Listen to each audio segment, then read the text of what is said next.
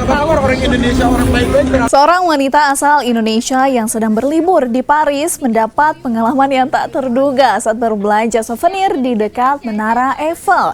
Awalnya ia hanya asyik memilih-milih gantungan kunci khas Paris, namun tiba-tiba penjual souvenir menyapanya dengan bahasa Indonesia yang sangat fasih. Kejadian ini langsung membuat kaget sekaligus tertawa. Ada penjual yang fasih berbahasa Indonesia di tanah Eropa. Saya di TikTok di Indonesia terkenal nggak? Oh my god. Terkenal, banyak orang Indonesia ada dan semua cari saya, semua beli jualan di sana. Namanya siapa, Bang? Hah? Nama Mukhtar.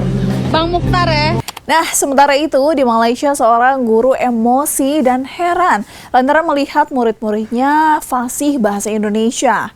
Momen guru yang emosi ini pun viral di media sosial. Tampak guru tersebut sedang berada di kelas dan tengah memeriksa tulisan para siswa dan siswi. Namun guru ini mendapati muridnya menuliskan lebih banyak menggunakan kosakata bahasa Indonesia ketimbang dengan bahasa Malaysia.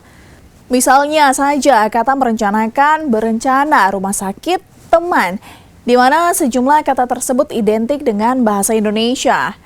Kawan-kawan bersama rakan-rakan ni bersama teman-teman. Nampak sangatlah dia memang guna bahasa Indonesia.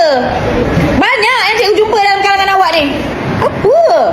So, bagaimana pandangan Sobat Kawanua? Apakah bahasa Indonesia terus mendunia dan lantas apa pengaruhnya sehingga mereka fasih berbahasa Indonesia? Tulis pendapatmu di kolom komentar.